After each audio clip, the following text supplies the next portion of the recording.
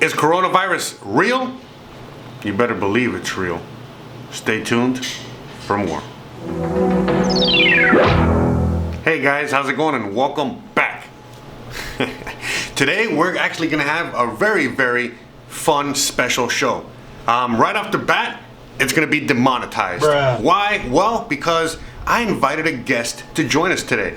Some of you guys might have heard of him. Some of you guys have never heard of him. His name is George Carlin. Boy, everyone in this country's always running around yammering about their fucking rights. I have a right, you have no right, we have a right, they don't have a right. Folks, I hate to spoil your fun, but there's no such thing as rights, okay? They're imaginary. We made them up, like the boogeyman. The Three Little Pigs, Pinocchio, Mother Goose, shit like that. Rights are an idea. They're just imaginary. They're a cute idea, cute, but that's all, cute and fictional. Yeah, that's right. And I was just listening to some George Carlin last night, today, and I was like, you know what? I think I need to bring this guy on the show and introduce him to you guys, or reintroduce him to many of you guys, so that he can help, talk us, out of this situation, all right? I got this real moron thing I do. It's called thinking. And I'm not a very good American because I like to form my own opinions. I don't just roll over when I'm told to. Sad to say, most Americans just roll over on command. Not me. I have certain rules I live by. My first rule, I don't believe anything the government tells me. Nothing. Zero. Nope. And I don't take very seriously the media or the press in this country, who in the case of the Persian Gulf War were nothing more than unpaid employees of the Department of Defense, and who most of the time function as kind of an unofficial public relations agency for the United States government. So I don't listen to them, I don't really believe in my country, and I gotta tell you folks, I don't get all choked up about yellow ribbons and American flags. When you listen to this guy, all of a sudden things start making sense. And as I was listening to him earlier, it was basically just bringing up the fact that, wow, this is exactly the same as it is right now. Things have not changed in the last 20 to 30 years. They're exactly the same, except, instead of Bill Clinton, we got Donald Trump. Instead of terrorism, which was, that was the fashion back 20 years ago, now we have the invisible enemy, right? This guy right here. And so on and so forth. So, without further ado, what I'm going to be doing today, I'm just going to play a bunch of random clips of Mr. George Carlin for your listening pleasure, for our listening pleasure, okay? Again, you already know how we do things here. It's random all the time, but I want to do something very different, and I wanted to do something that maybe, could bring some laughs, could bring some educational value, and something that you might be able to spread, all around and show others. So without further ado, let's get on with the show. But if you think you do have rights, let me ask you this. Where do they come from? People say, well, they come from God. They're God-given rights. Oh, fuck, here we go again. Here we go again. The God excuse, the last refuge of a man with no answers and no argument. It came from God. Anything we can't describe must have come from God.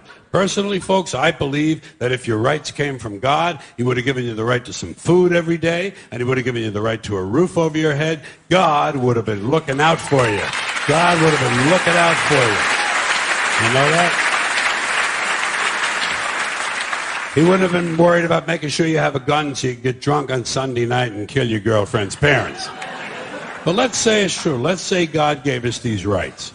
Why would he give us a certain number of rights?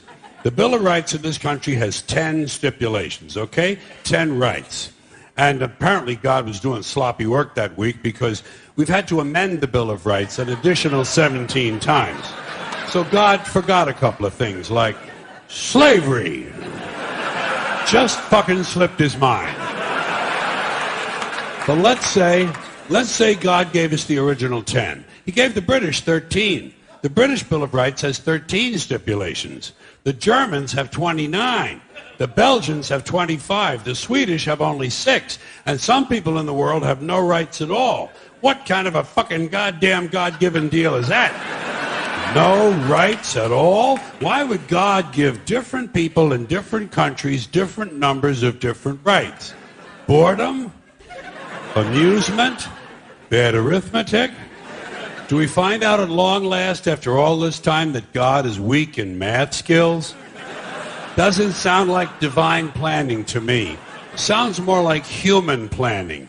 Sounds more like one group trying to control another group. In other words, business as usual in America. Now, if you think you do have rights, one last assignment for you. Next time you're at the computer, get on the internet, go to Wikipedia. When you get to Wikipedia, in the search field for Wikipedia, I want you to type in Japanese Americans 1942, and you'll find out all about your precious fucking rights, okay? All right. You know about it. You know about it. Yeah. In 1942, there were 110,000 Japanese American citizens and good standing, law-abiding people who were thrown into internment camps simply because their parents were born in the wrong country. That's all they did wrong. They had no right to a lawyer, no right to a fair trial, no right to a jury of their peers, no right to due process of any kind. The only right they had, right this way, into the internment camps. Just when these American citizens needed their rights the most, their government took them away. And rights aren't rights if someone can take them away. They're privileges. That's all we've ever had in this country is a bill of temporary privileges. And if you read the news even badly, you know that every year the list gets shorter and shorter and shorter. You see how sooner or later?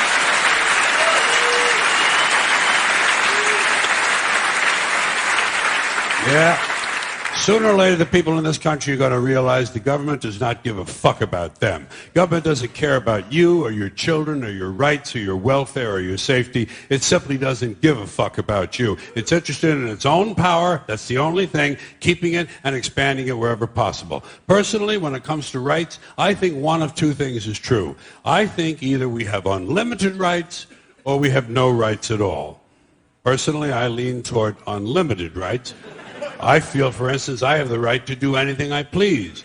But if I do something you don't like, I think you have the right to kill me. So where are you going to find a fairer fucking deal than that?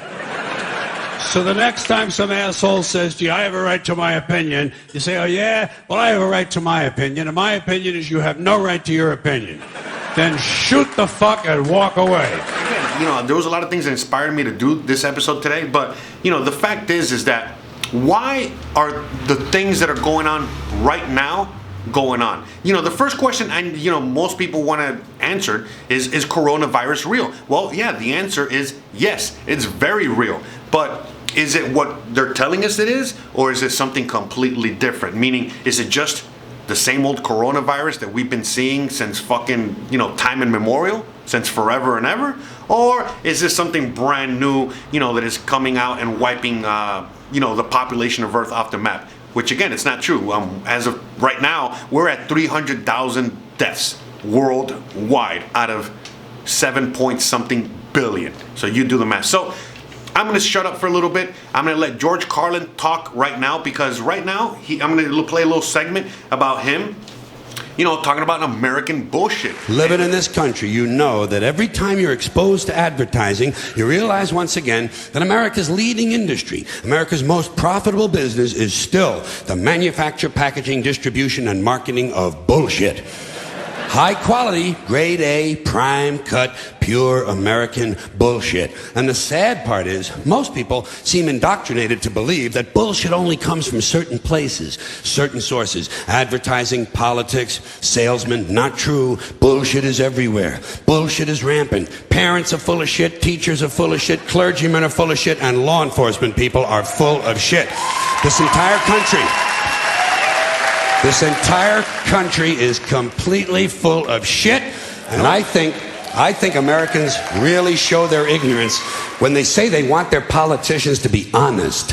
What are these fucking cretins talking about? If honesty were suddenly introduced into American life, the whole system would collapse. No one would know what to do. Honesty would fuck this country up. And I think deep down Americans know that. That's why they elected and re-elected Bill Clinton. You betcha. You betcha. Yeah. Because the American people like their bullshit right out front where they can get a good, strong whiff of it. Clinton might be full of shit, but at least he lets you know it. Doesn't he? Dole tried to hide it, didn't he? Dole kept saying, I'm a plain and honest man. Bullshit.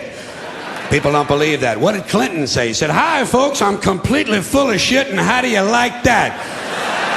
And the people said, you know something? At least he's honest. At least he's honest about being completely full of shit. And what do I mean by American bullshit? Well, again, depending on what country you're in, if you're in the United States, if you're in Europe, if you're in Australia, if you're in certain parts of the world, you are in a certain, upper echelon of, of the pyramid. And, certain things come with that. You are really more and more than anything else are the ones that are, creating and exporting your culture. Mainly America, because America's the top dog. But we know what we mean by that: the Americanization, the being first world country, and all that stuff. Okay, every other country around the world, every other population is trying to emulate and be like a first world country. Okay, and just like way back when we had Rome, and everybody was always, under, the what is it? The shield of Rome, under the protection of Rome. At the same time, people they loved Rome because they loved the culture that came with, the Roman Empire. They loved everything that came with that. Oh, fellow members of the Roman Senate, hear me. Shall we continue to build palace after palace for the rich?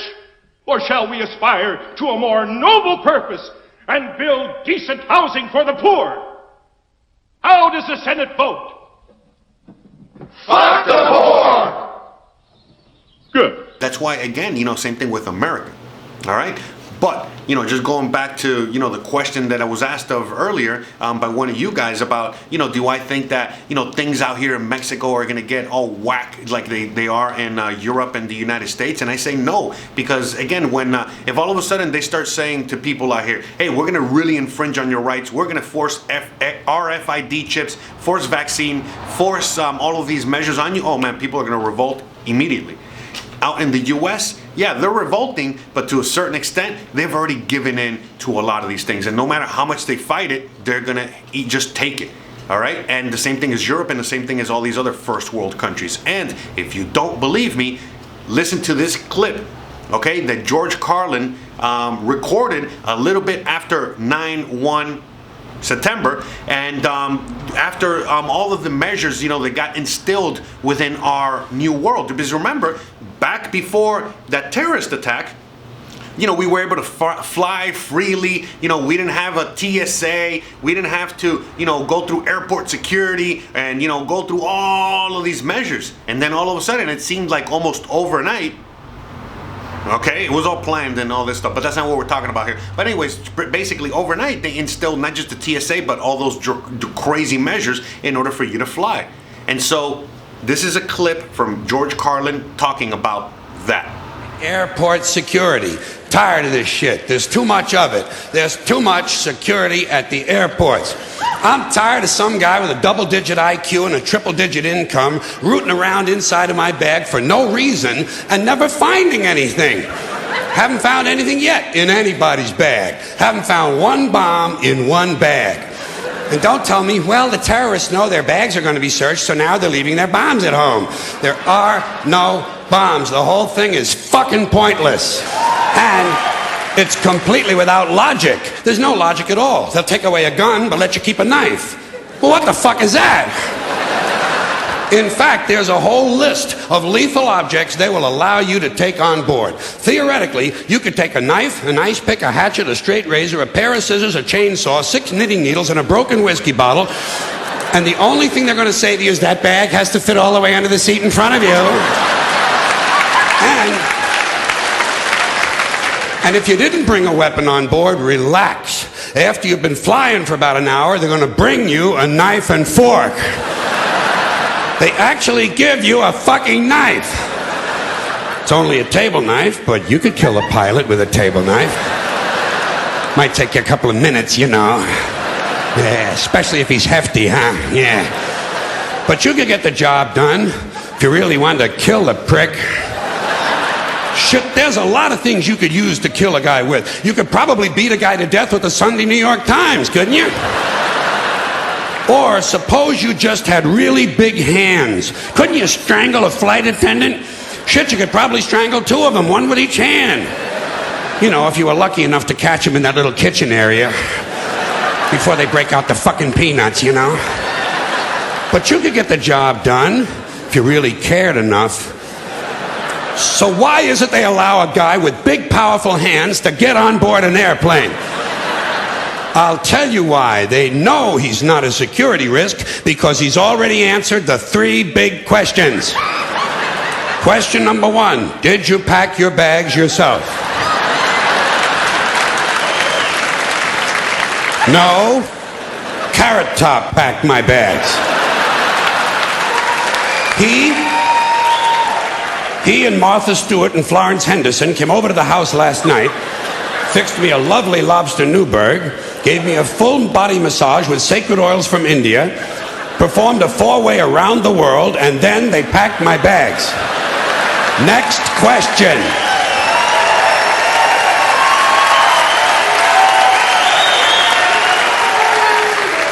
Have your bags been in your possession the whole time? No. Usually the night before I travel, just as the moon is rising, I place my suitcases out on the street corner and leave them there unattended for several hours. Just for good luck. Next question. Has any unknown person asked you to take anything on board? Well, what exactly is an unknown person? Surely everyone is known to someone.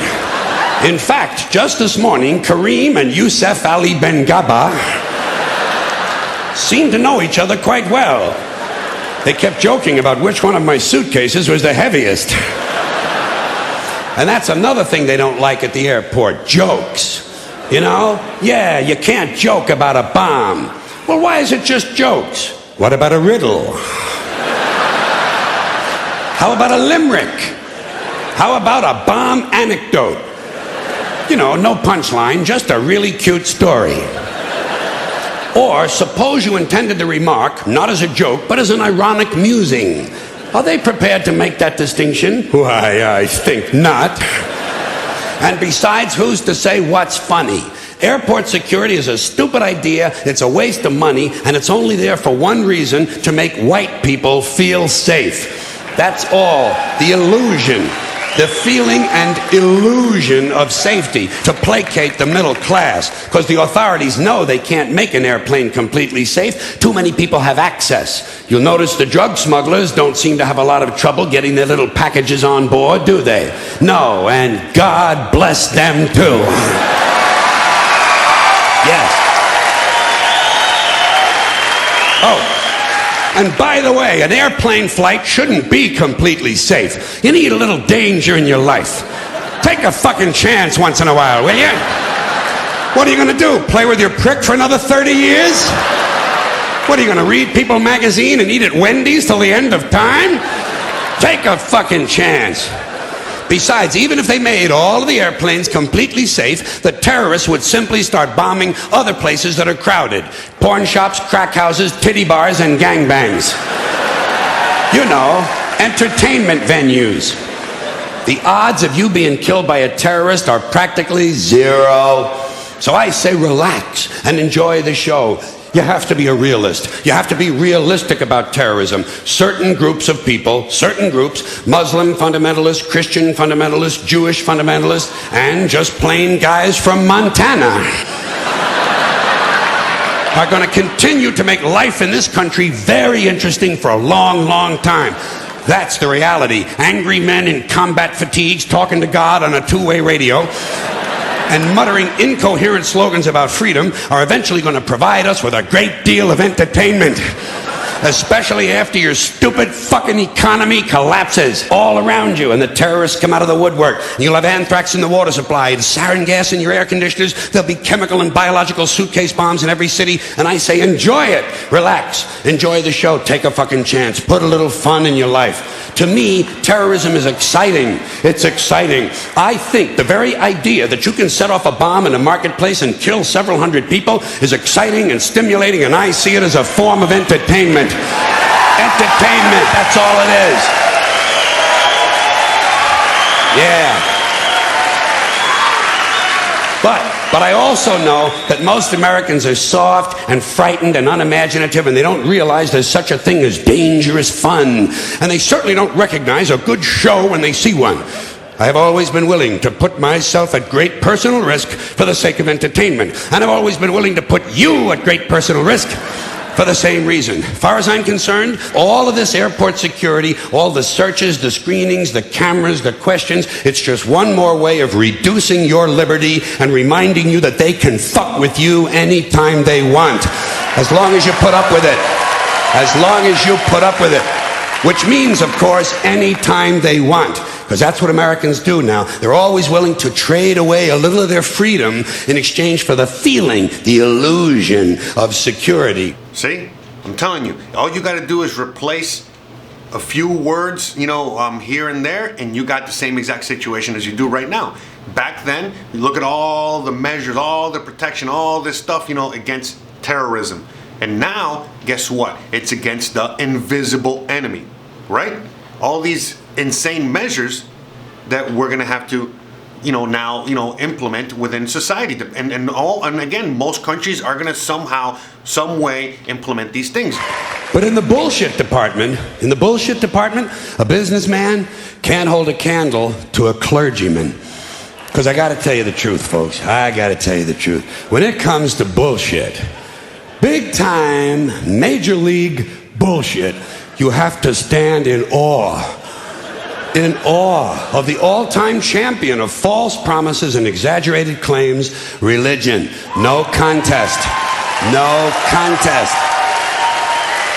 Religion easily has the greatest bullshit story ever told. Think about it. Religion has actually convinced people that there's an invisible man living in the sky who watches everything you do every minute of every day.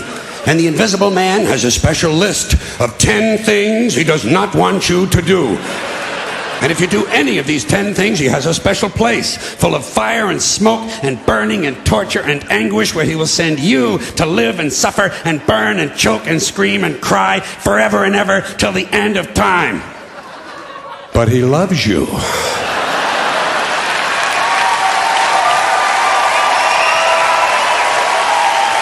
He loves you. He loves you and he needs money. He always needs money. He's all powerful, all perfect, all knowing, and all wise. Somehow, just can't handle money. Religion takes in billions of dollars. They pay no taxes, and they always need a little more. Now, you talk about a good bullshit story. Holy shit. Thank you. So, segue to the other clip of George Carlin that I wanted to play for you guys. This is, him talking about germs, him talking about the immune system, him talking about, again, just basic common sense, common knowledge that, again, for whatever reason, we have all forgotten. But when you look at this clip, you understand that we have been conditioned to get to this point already. Again, any of you guys that have been living long enough know this already. Any of you people that have seen this for the first time, now you have a little bit more context as to why everyone all of a sudden is more than happy to put this on. So without further ado, let's have George Carlin talk about germs. What we have now is a completely neurotic population obsessed with security and safety and crime and drugs and cleanliness and hygiene and germs. There's another thing. Germs. Where did this sudden fear of germs come from in this country? Have you noticed this? The media, constantly running stories about all the latest infections, salmonella, E. coli, hantavirus, bird flu, and Americans panic easily, so now everybody's running around, scrubbing this and spraying that, and overcooking their food and repeatedly washing their hands, trying to avoid all contact with germs. It's ridiculous, and it goes to ridiculous lengths. In prisons, before they give you a lethal injection, they swab your arm with alcohol. It's true. It's true. It's true. Well, they don't want you to get an infection. And you can see their point. Wouldn't want some guy to go to hell and be sick.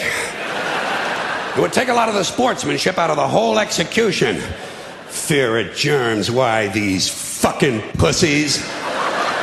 You can't even get a decent hamburger anymore. They cook the shit out of everything now because everybody's afraid of food poisoning. Hey, where's your sense of adventure? Take a fucking chance, will you? You know how many people die from food poisoning every year in this country? 9,000, that's all. It's a minor risk. Huh? Shit. Take a fucking chance, bunch of goddamn pussies. Besides, what do you think you have an immune system for? It's for killing germs. But it needs practice. It needs germs to practice on. So listen. If you kill all the germs around you and live a completely sterile life, then when germs do come along, you're not going to be prepared. And never mind ordinary germs, what are you going to do when some super virus comes along that turns your vital organs into liquid shit? I'll tell you what you're going to do. You're going to get sick, you're going to die, and you're going to deserve it because you're fucking weak and you got a fucking weak immune system. Now, all right, God damn it. Hey. All right. I want to tell you a true story about immunization. When I was a little boy in New York City in the 1940s, we swam in the Hudson River, and it was filled with raw sewage, okay? We swam in raw sewage, you know, to cool off. And at that time, the big fear was polio. Thousands of kids died from polio every year. But you know something? In my neighborhood, no one ever got polio. No one, ever. You know why? Because we swam in raw sewage. It strengthened our immune systems. The polio never had a prayer. We were tempered in raw shit. So personally, I never take any special precautions against germs. I don't shy away from people who sneeze and cough. I don't wipe off the telephone. I don't cover the toilet seat. And if I drop food on the floor, I pick it up and eat it. I eat it. Yes, I do. Even if I'm at a sidewalk cafe in Calcutta, the poor section, on New Year's morning during a soccer riot. And you know something? In spite of all that so-called risky behavior, I never get infections. I don't get them. I don't get colds. I don't get flu. I don't get food poisoning. And I don't get headaches or upset stomachs. And you know why? Because I got a good, strong immune system, and it gets a lot of practice. My immune system is equipped with the biological equivalent of fully automatic military assault rifles with night vision and laser scopes. And we have recently acquired phosphorus grenades, cluster bombs, and anti-personnel fragmentation mines. So, when my white blood cells are on patrol, reconnoitering my bloodstream, seeking out strangers and other undesirables, if they see any suspicious-looking germs of any kind, they don't fuck around. They whip out the weapons, they wax the motherfucker, and deposit the unlucky fellow directly into my colon. There's no nonsense. There's no Miranda warning. There's none of that 3 strikes and you're out shit. First defense, bam, into the colon you go. Yeah, sure. Yeah, hey. All right. Oh. And speaking of my colon, I want you to know I don't automatically wash my hands every time I go to the bathroom, okay? Can you deal with that? Sometimes I do, sometimes I don't. You know when I wash my hands? When I shit on them. That's the only time. And you know how often that happens? Tops, 2-3 times a week. Tops. Maybe a little more frequently over the holidays, you know what I mean?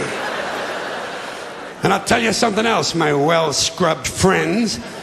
You don't always need a shower every day. Did you know that? It's overkill. Unless you work out or work outdoors or for some reason come in intimate contact with huge amounts of filth and garbage every day, you don't always need a shower. All you really need to do is to wash the 4 key areas: armpits, asshole, crotch, and teeth.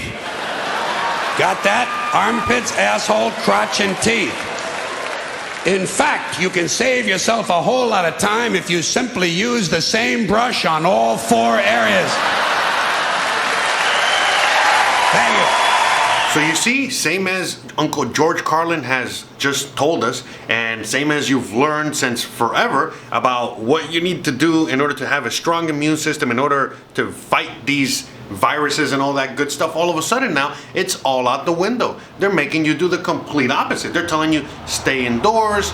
They're telling you to, stay away from the sun, stay away from certain vitamins, A, B, C, D, whatever, and so on and so forth. I'm not going to get too deep into it because, again, if you just recommend to take vitamins or recommend to, do some of the things that, again, were mentioned, by George Carlin, or, again, just common knowledge thing that you've all been learned since you were a kid, all that sudden now, that's all out the window. And we need to learn brand new normals, again, like, covering our face, staying indoors, reducing our immune system and all this other stuff. And so, again, why are we forgetting all this? What is going on? So, look, why I'm bringing this up is because, to me, it's like, like a lot of people are asking me, it's like, man, how is this new normal gonna, change the rest of the world? How is all this stuff gonna change the world? And I'm like, look, I don't know. Same as back after the 2001 in September, we didn't know how it was gonna change the world back then. We don't know how this is gonna change the world going forward, but just by listening to George Carlin, just by, remembering a few things here and there, just by, the things that I'm bringing up right now, and the things that we already see are going to happen now, meaning as things are opening up, now there's new normals, everyone has to stay apart, you got to wear these things. Again, I've already talked about, what I think about all that stuff, meaning it's like, oh, so the computers get you better, it's all part of control, it's all part of all that stuff. Again, why are we going to sit here and pretend that, all of a sudden now in a few months things are going to go way back to normal, like if nothing happened? We know that that's not going to happen. We know that all of a sudden the paradigm has completely changed, everything has shifted, and things are not going to be the same again. There's a reason. There's a reason for this. There's a reason education sucks, and it's the same reason that it will never, ever, ever be fixed. It's never going to get any better. Don't look for it. Be happy with what you got. Because the owners of this country don't want that. I'm talking about the real owners now. The real owners, the big wealthy business interests that control things and make all the important decisions. Forget the politicians. The politicians are put there to give you the idea that you have freedom of choice. You don't. You have no choice. You have owners. They own you. They own everything. They own all the important land. They own and control the corporations. They've long since bought and paid for the Senate, the Congress, the state houses, the city halls. They got the judges in their back pockets. And they own all the big media companies, so they control just about all of the news and information you get to hear. They got you by the balls. They spend billions of dollars every year lobbying to get what they want. Well, we know what they want. They want more for themselves and less for everybody else. But I'll tell you what they don't want. They don't want a population of citizens capable of critical thinking. They don't want well-informed, well-educated people capable of critical thinking. They're not interested in that. That doesn't help them. That's against their interest. That's right. They don't want people who are smart enough to sit around the kitchen table and figure out how badly they're getting fucked by a system that threw them overboard 30 fucking years ago. They don't want that. You know what they want? They want obedient workers. Obedient workers. People who are just smart enough to run the machines and do the paperwork, and just dumb enough to passively accept all these increasingly shittier jobs with the lower pay, the longer hours, the reduced benefits, the end of overtime, and the vanishing pension that disappears the minute you go to collect it. And now they're coming for your Social Security money. They want your fucking retirement money. They want it back, so they can give it to their criminal friends on Wall Street. And you know something? They'll get it. They'll get it all from you sooner or later, because they own this fucking place. It's a big club, and you ain't in it. You know, Cardinal Dolan and I have some things in common. For instance, we both run impressive properties on Fifth Avenue. Of course, his is much more impressive than mine. That's because I built mine with my own beautifully formed hands. While his was built with the hands of God, and nobody can compete with God. Is that correct? Nobody, right? That's right. No contest. It's great to be here with 1,000 wonderful people, or as I call it, a small, intimate dinner with some friends. Or as Hillary calls it, her largest crowd of the season.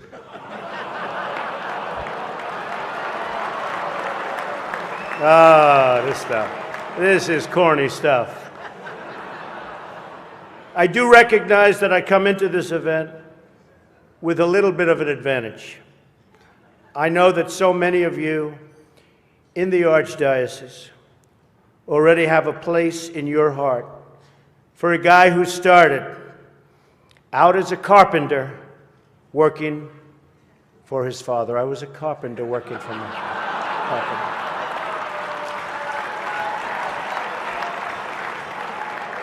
True. Not for a long period of time, but I was for about 3 weeks.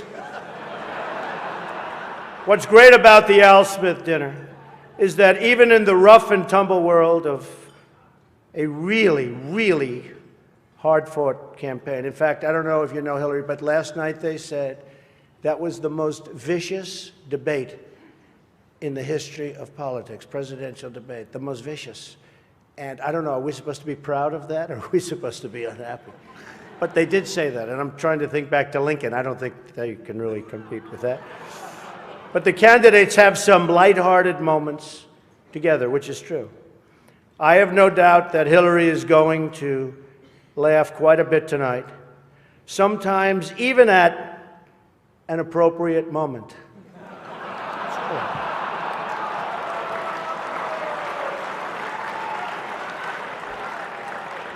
And even tonight, with all of the heated back and forth between my opponent and me at the debate last night, we have proven that we can actually be civil to each other. In fact, just before taking the dais, Hillary accidentally bumped into me, and she very civilly said, "Pardon me."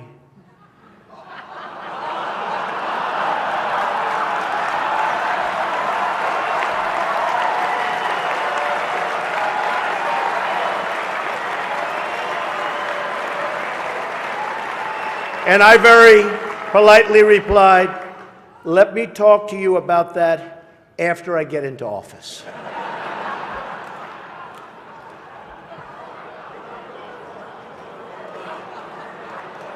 Just kidding, just kidding. And Hillary was very gracious. She said if somehow she gets elected, she wants me to be, without question, either her ambassador to Iraq or to Afghanistan. It's my choice.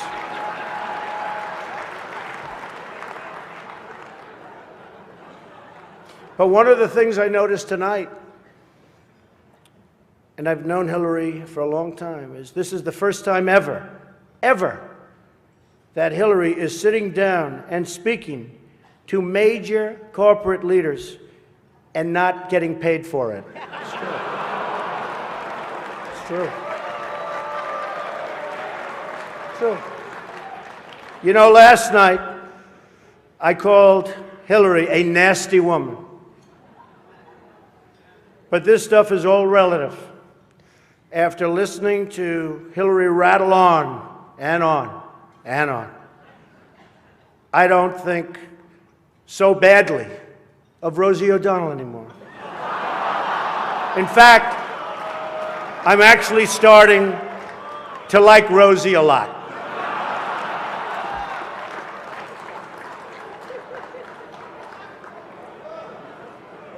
These events give not only the candidates a chance to be with each other in a very social setting, it also allows the candidates the opportunity to meet the other candidates' team. Good team. I know Hillary met my campaign manager, and I got the chance to meet the people who are working so hard to get her elected. There they are, the heads of NBC, CNN, CBS, ABC. There's the New York Times right over there, and the Washington Post. They're working overtime. True. True.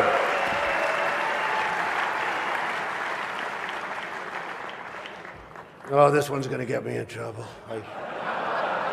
Not with Hillary. You know, the president told me to stop whining. But I really have to say, the media is even more biased this year than ever before. Ever. You want the proof?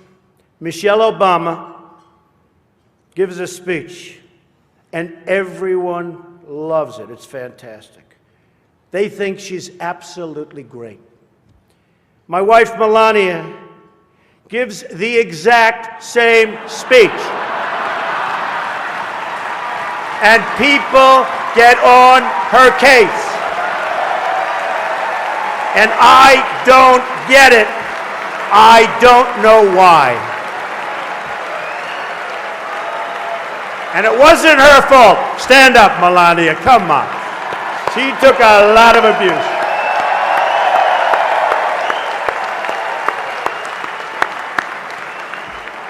Oh, I'm in trouble when I go home tonight. She didn't know about that one. Am I okay? Is it okay?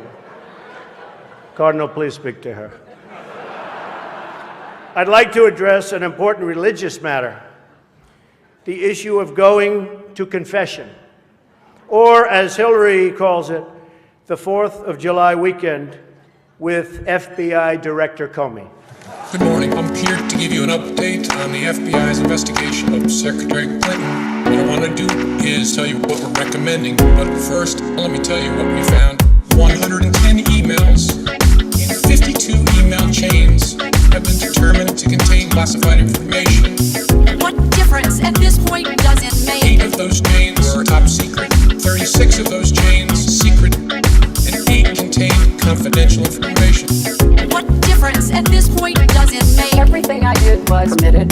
There was no law, no regulation. Secretary Clinton should have known that an unclassified system was no place for that conversation. I did not email any classified material to anyone on my email. None of these emails should have been on any kind of unclassified system, not even Gmail. Well, first of all, nothing was marked classified. To the contrary, Nothing was marked classified. there is evidence in Nothing was tremendous marked. amount. Nothing was marked classified. Now let me tell you what we found. Oh my gosh. 110 emails. It was not the best choice. 52 email chains. It was a mistake. Have been determined to contain classified information. What difference at this point does it 8 make? of those chains were top It wasn't secret. the best choice. 36 of those chains I said secret. it was a mistake. And 8 contained confidential information. What difference at this point does it With make? respect to our recommendation, this is going to be an unusual statement in at least a couple of ways. Although there is evidence, our judgment is that no reasonable prosecutor would bring such a case. I know there will be intense public debate. I know there will be intense public debate.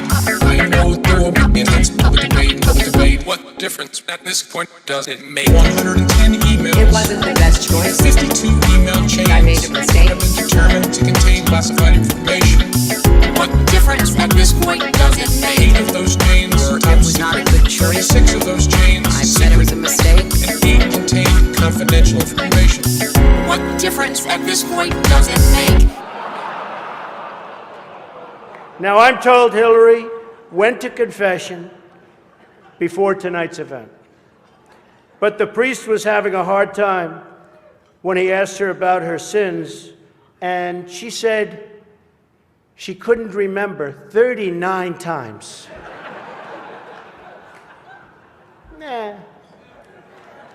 Hillary is so corrupt. She got kicked off The Watergate Commission. How corrupt do you have to be to get kicked off the Watergate Commission? Pretty corrupt. Hillary is and has been in politics since the 70s. What's her pitch? The economy is busted. The government's corrupt. Washington is failing. Vote for me. I've been working on these problems for 30 years. I can fix it, she says. I wasn't really sure if Hillary was going to be here tonight, because I guess you didn't send her invitation by email. Or maybe you did, and she just found out about it through the wonder of WikiLeaks. We've learned so much from WikiLeaks. For example, Hillary believes that it's vital to deceive the people by having one public policy and a totally different policy in private. Hey guys, I was looking for a Julian Assange clip, any Julian Assange clips, preferably something recent, just to show that, again, look at what he said about Julian Assange before. He loved WikiLeaks, and that's well documented, and now how he's treating him. So yeah, long story short, what I wanted to say is, I was looking for something, I couldn't find anything, and everything just seems to be scrubbed off the internet. In fact, I'm even starting to worry if I should even be saying his name to begin with. But anyways, I just wanted to let you guys know, scene missing here. All right, back to the show. Long show. Hope you guys are enjoying it. Thanks for watching. That's okay. I don't know who they're angry at, Hillary. You're right. You are fake news. For example, here she is tonight in public, pretending not to hate Catholics.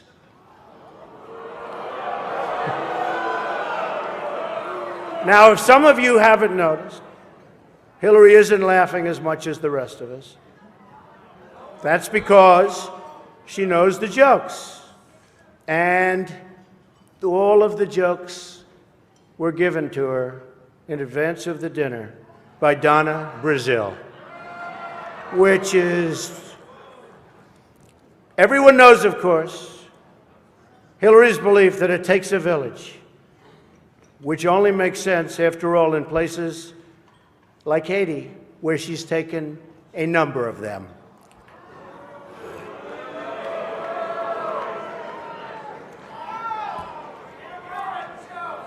Thank you.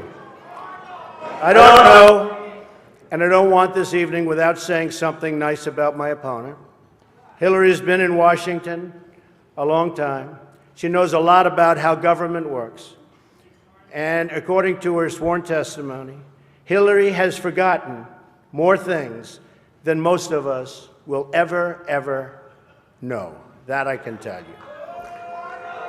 We're having some fun here tonight, and that's good. On a personal note, what an amazing honor it is to be with all of you. And I want to congratulate Hillary on getting the nomination, and we're in there fighting, and over the next 19 days, somebody's going to be chosen. We'll see what happens. But I have great memories of coming to this dinner with my father over the years when I was a young man. Great experience for me. This was always a special experience for him and me to be together. One thing we can all agree on is the need to support the great work that comes out of the dinner. Millions of dollars have been raised to support disadvantaged children, and I applaud the many people who have worked to make this wonderful event a critical lifeline for children in need. And that we together broke the all-time record tonight is really something special. More than 6 million net. The Cardinal told me that's net, Donald, remember. We can also agree on the need to stand up to anti-Catholic bias, to defend religious liberty, and to create a culture that celebrates life. America is in many ways divided.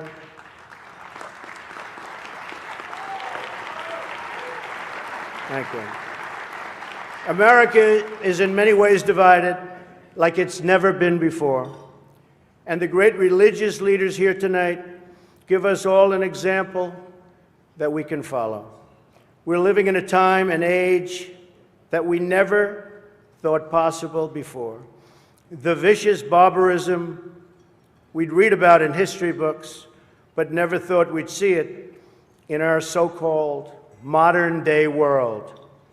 Who would have thought we would be witnessing what we're witnessing today? Bruh. We've got to be very strong, very, very smart, and we've got to come together, not only as a nation, but as a world community. Thank you very much. God bless you, and God bless America. Thank you. Thank you. You and I are not in the big club. By the way, it's the same big club they used to beat you over the head with all day long when they tell you what to believe. All day long, beating you over the head in their media, telling you what to believe, what to think, and what to buy. The table is tilted, folks. The game is rigged. And nobody seems to notice. Nobody seems to care. Good, honest, hard-working people, white collar, blue collar, doesn't matter what color shirt you have on. Good, honest, hard-working people continue. These are people of modest means. Continue to elect these rich cocksuckers who don't give a fuck about them. They don't give a fuck about you. They don't give a fuck about you. They don't care about you at all. At all. At all. Yeah. O fellow members of the Roman Senate, hear me. Shall we continue to build palace after palace for the rich? Or shall we aspire to a more noble purpose and build decent housing for the poor? How does the Senate vote? Fuck the poor! Good. You know? And nobody seems to notice, nobody seems to care. That's what the owners count on, the fact that Americans will probably remain willfully ignorant of the big red, white, and blue dick that's being jammed up their assholes every day. Because the owners of this country know the truth. It's called the American dream, because you have to be asleep to believe it. Again, I keep telling people, I talk to all the time about, what are my thoughts about, Mexico and other places. And again, and I say, again, if Mexico all of a sudden turns into the rest of the world, meaning that we all got to be wearing these things, we got to be under, crazy scrutiny, we got to start taking vaccines, we got to do all of this crazy shit that doesn't make any sense. Well, there's already a list of countries that we're starting to see, whether it's Portugal, Belarus, Sweden, Arkansas, Bruh. and so on and so forth, which have instituted no lockdown, no measures, no nothing, because again, as we already see just by the numbers alone, there's no threat here. Again, in Italy, they've already come out with the numbers that 96 to 99% of all the cases were fake, meaning that everyone died of something else, not of COVID, not of corona. They died of anything else but that. But we already know, they've already come out and said it, in Italy, estimates are between 88 and I think Bloomberg even had it at 99% of everyone who died of something else. Even the Italian politician recently got really angry and really exposed what's going on. Ma il 9 marzo la scienza qua evocata diceva che il virus era poco più che un'influenza. Quella scienza è quella a cui si è ispirato questo governo. È detto, è stato detto, è documentato, è stato detto, non mentite. Allora dite la verità, non fate di questa l'aula della menzogna. Almeno qui si applichi il principio di Giambattista Vico, verum ipsum factum. E allora avete sentito e avete dato i numeri, li voglio dare anch'io, no Dattis, no Pagani, non dite anche qui 25.000 morti, non è vero, non usate i morti per retorica e per terrorismo. I dati dell'Istituto Superiore della Sanità dicono che il 96,3% sono morti per altre patologie. Esattamente i dati, i numeri, dice questo.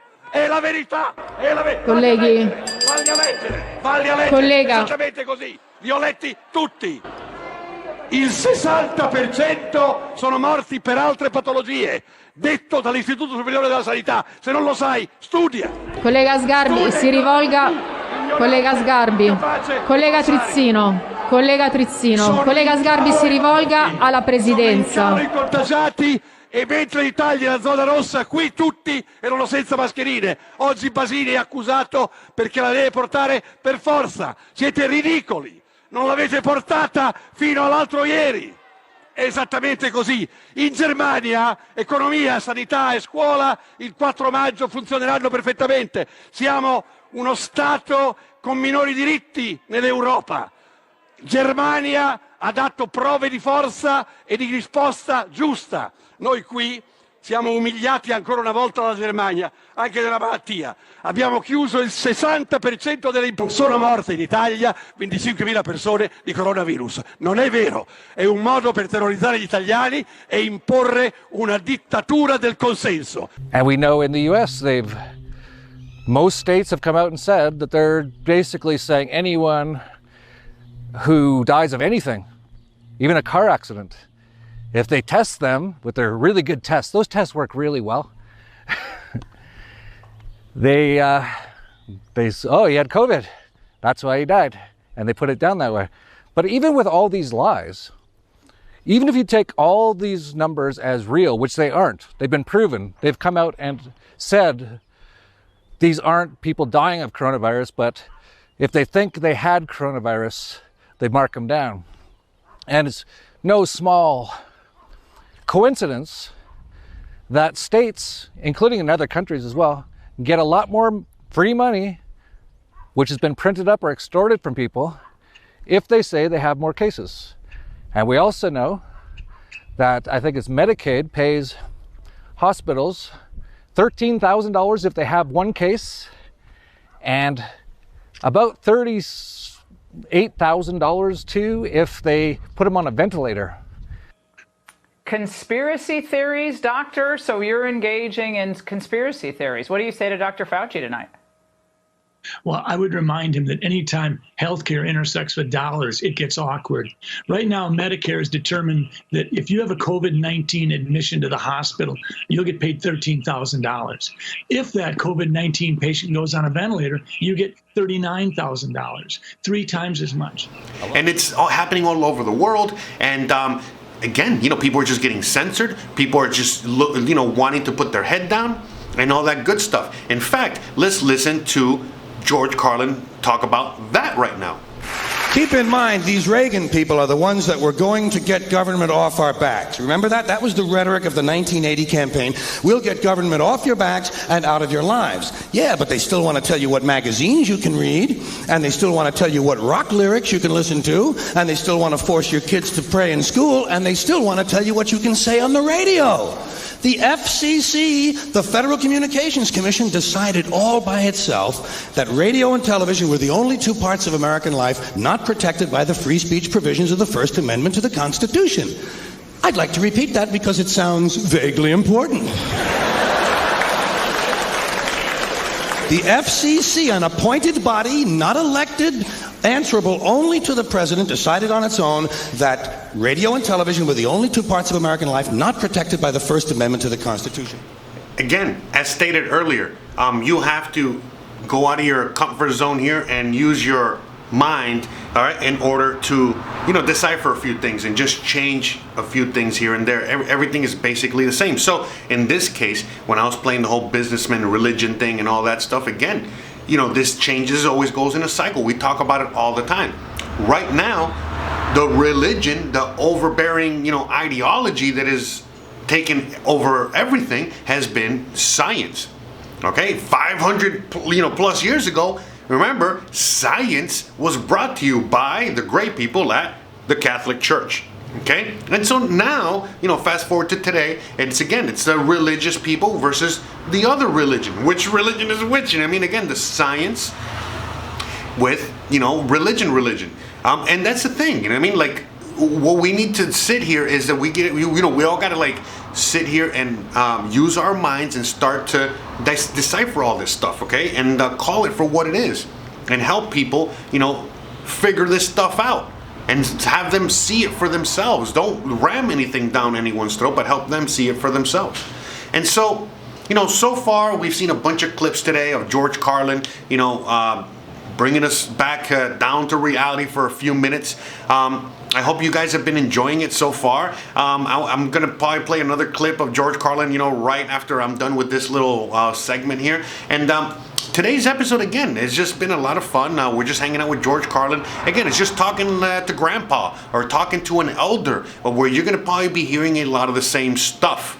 All right, and again, it's what are you going to do? Are you going to sit there and be an NPC, or are you going to learn from this stuff? And you're going to see how you're going to use this knowledge, in order to help, yourself moving forward, help others, move forward, help, wake up, enlighten, or again, could just keep digging your heels and putting your head in the ground.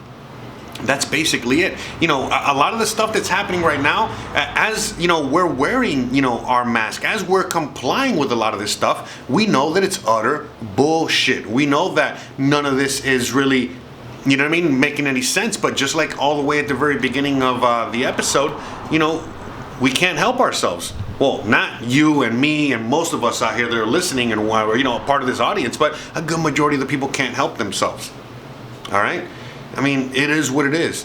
Let's play a little bit more George Carlin, all right, and see where this leads us. Some people are really fucking stupid. Did you ever notice that? How many really stupid people you run into during the day? God damn, there's a lot of stupid bastards walking around. Carry a little pad and pencil with you. You wind up with 30 or 40 names by the end of the day. Look at it this way. Think of how stupid the average person is, and then realize half of them are stupider than that. And it doesn't take you very long to spot one of them, does it? Take you about 8 seconds. You'll be listening to some guy. You say, this guy is fucking stupid.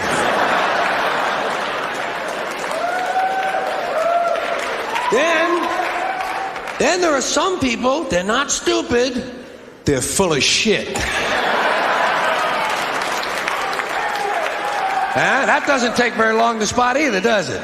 Take you about the same amount of time. You'll be listening to some guy and say, well, he's fairly intelligent. He's full of shit.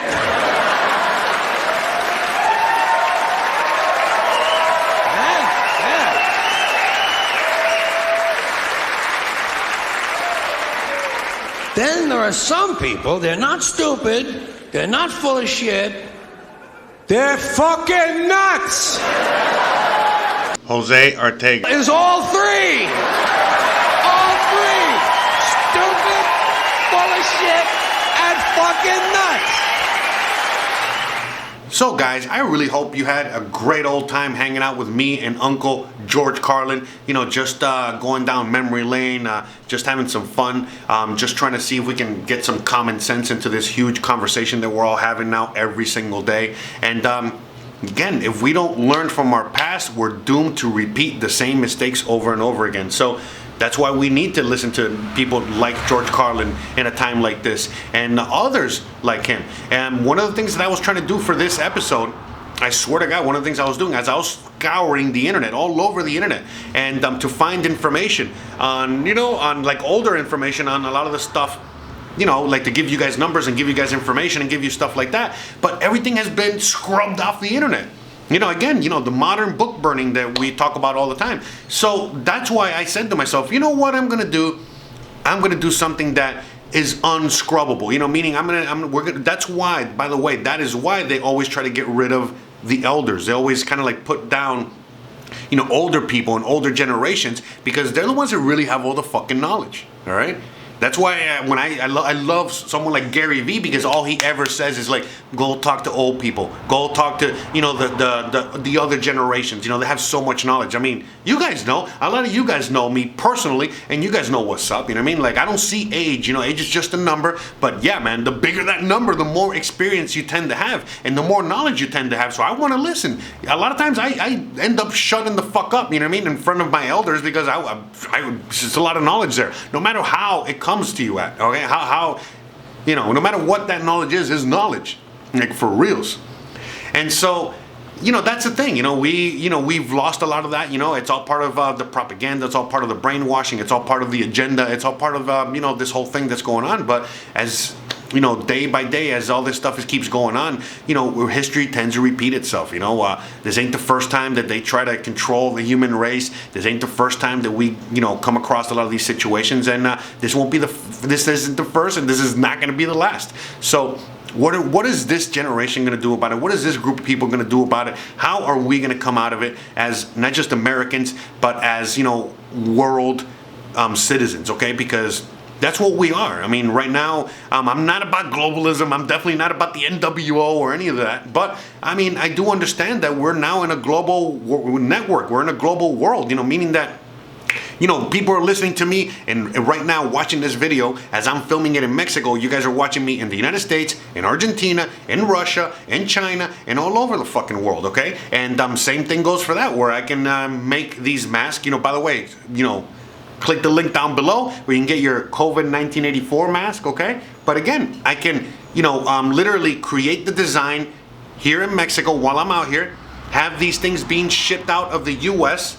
or whatever respective country, they need to be shipped out to, and I get to sell these all over the world. Not just this, but t-shirts and everything else I have for sale down there. And again, it's now we're, spreading knowledge on a global basis. We're doing business on a global basis. We're doing a lot of things already that there's a reason why they're implementing a lot of the things that they're implementing, okay? We talk about it all the time, okay? A lot of the things that are happening right now with this have to do with economic reasons and nothing else. Everything that has to do with the virus really is an economic situation. Again, this coronavirus stuff, this whole virus situation, we have to remember it's been around since forever. All right, pick up any Lysol bottle since the beginning of time, you're gonna see it there. Kills coronaviruses, okay? And so this is not nothing new. What's new is the fact that they're using this thing that's been around since the beginning of time as now all of a sudden it's a weapon of mass destruction, which it's not. We know that it's not. Okay. In fact, the reason it's not is because, again, going back to like even people are saying, oh, this thing was created in a lab and this and that. Look, man, who cares? The point is that there's so many billions of people around the earth. Now going down to like health and fitness and all that stuff, every single human body is completely different. There is no one size fit all for anything. There's no one size fit all, for exercise, for diet, for anything like that. So, and we know that a lot of people that are into a lot of the health and fitness are trying to take care of your body. that. Joe Rogan talks about this shit all the time. This is craziness. And so on and so forth. So, with that being said, again, that's why a virus, no matter how hardcore it is, in order for that thing to really spread and kill millions and billions of people, they can't. If they had the technology to do that, they would have already done it. All right? They just can't do it because there's so many of us. And we're so varied, everything from the immune system to like our genetics to and so on and so forth and so many other, variables that how the hell can they really, create this one thing that's going to kill us all? It's just not. There's always going to be a humongous swath of the population that's going to be crazy immune. And no matter how many times this mutates and so on and so forth, we're all going to be fine. So what do? Well, they know that right now, it doesn't matter who gets tested out there. Doesn't matter who, we're all going to come out with coronavirus because we've all had it at some point in our life.